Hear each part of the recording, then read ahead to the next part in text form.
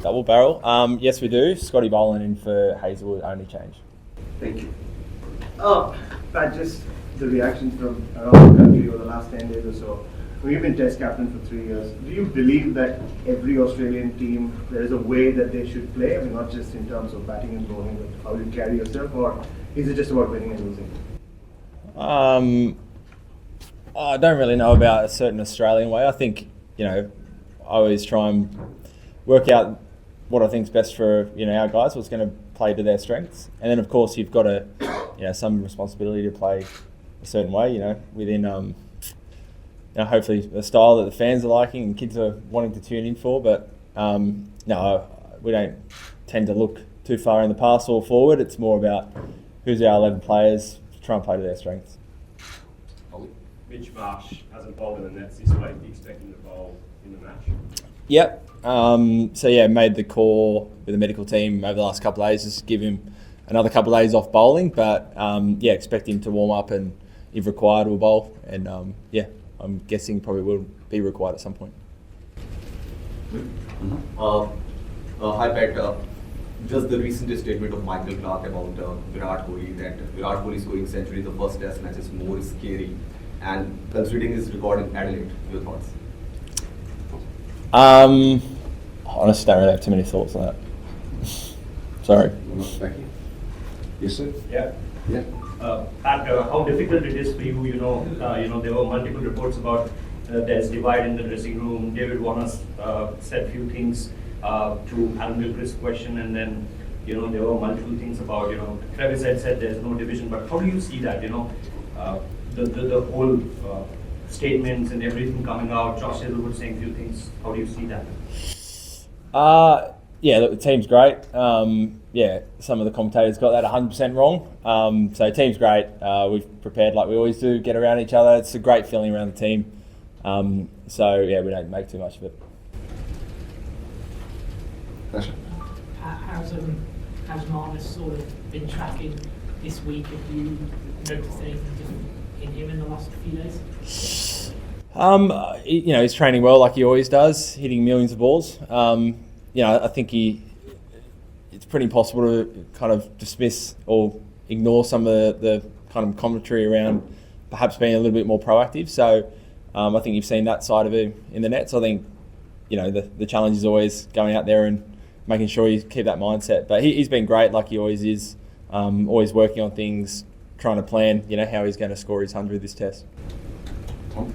Pat, you 1-0 down. It's obviously, you don't want to think too far ahead, but it's enormous to come back from 2-0 down. How much pressure on the team is it to bounce back and level this series here in Adelaide?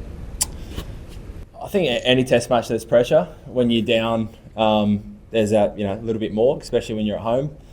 But we've been in similar situations, whether it's World Cups or other series where you're in must-win kind of situations. We're not quite there yet, but we love playing here. We love playing Australia. We know we weren't at our best last week. Got a few things to work on. This week's been great. Everyone's really focused on kind of ahead and excited for the challenge of the next 4 Test matches. But everyone's got a lot of personal pride, professional pride. So, there's pressure on you anytime you play, even just from that, let alone the scoreboard being down 1-0. Right. This side has had a lot of success, but it's been a pretty extraordinary reaction to one Test. Do you feel like there's almost a little bit of a desire to see this blow up or see this side fail? Look, hard to say. I think, when things don't go right, there's enough commentators that will support you, but also some that will, of course, try and create some headlines, and it doesn't really.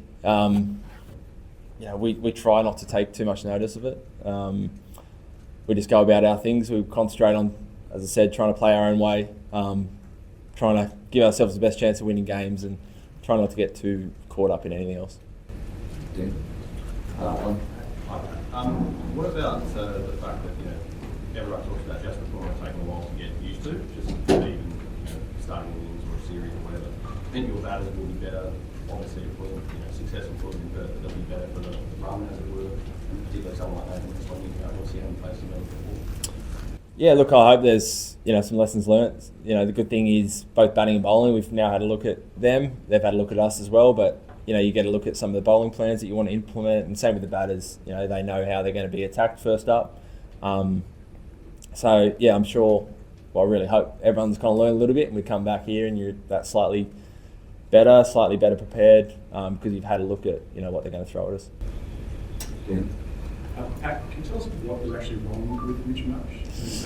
You said you expected to bowl, but was it concerned that he hasn't bowled in the nets at all in the last few years? Not a huge concern. He's probably need to speak to the physio, but it's back stiffness. I think I said last week it's kind of since the ODIs in England. I think he didn't bowl a couple of games over there, and he's been desperately trying to work on that for the last few months. So yeah, I don't quite know, but he'll warm up tomorrow.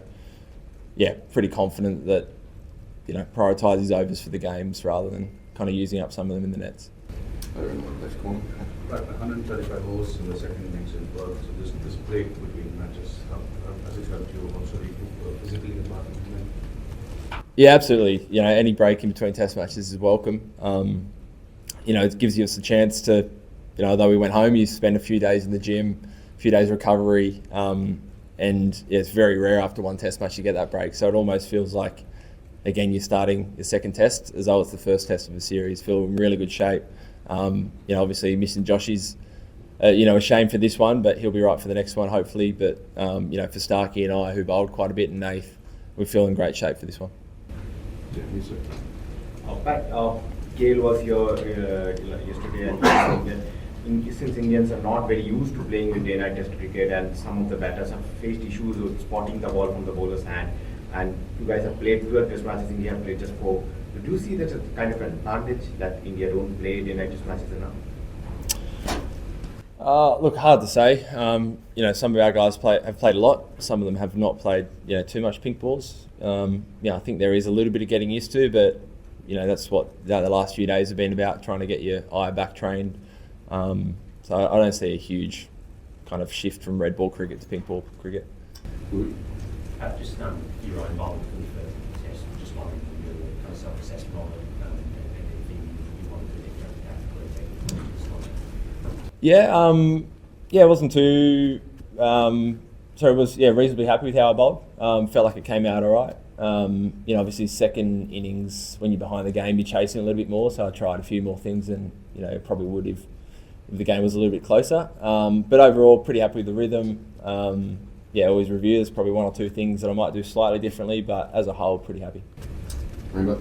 Pat, in a while since Scott Boland batted test, what does he expect him to bring, and what is it about the conditions and circumstances that make him good? Yeah, I mean, traditionally here, there's normally a little bit of nip, which is obviously suits Scotty quite well. All last summer, kind of he was geared up to go, and no one fell over, so it feels like it's been quite a while. Obviously had a good little hit out in Canberra a couple of days ago as well, so his prep's been really good. He's happy with how it's coming out and his rhythm. But as a captain, it's pretty awesome for someone like Scotty to come straight in. He can bowl huge amount of overs if you need. Super consistent. He's performed at this level, so he looks ready to go. A couple more here, folks. Here. Hey Pat, you Fitchy didn't able to get through the overs that you hoped to and you hoped to out of the field. Will you turn to Marnus' pace bowling again, or is that something that the forefront one bowler will try and pick up? Oh, look, potentially. I'd say probably more likely turning to the fast bowlers a bit more. Obviously in Perth, Joshy was getting a little bit sore as well towards the end, so there's a bit of preservation there. Whereas, this test, everyone's fit and firing. So if that remains the case, as a general rule, you try and rely on your 4 main guys. What's the latest with Hazelwood and his injury? Would you guys get the win of that? And also, is he more realistic for sort of Melbourne onwards, or is he a chance of getting back to Brisbane? Pretty confident for Brisbane. He had a good bowl yesterday, only like 3/4, maybe a bit more than that, but went beautifully.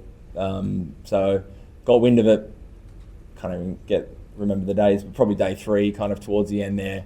So he bowled once or twice more on it, but then kind of thought, okay, it's probably enough. And it's probably the right call in hindsight. I think in previous years where he's kept bowling, it's probably turned that 1 week injury into a 3 or 4 or 5 week injury. Whereas this year seems a little bit different, and he's really confident for Gabba. Last one up. Thank you. Pat, Australia has got a phenomenal record at Adelaide Oval, and the same was the case in Perth, but they were humbled in Perth. India, just before coming to Australia, they were humbled in their own backyard.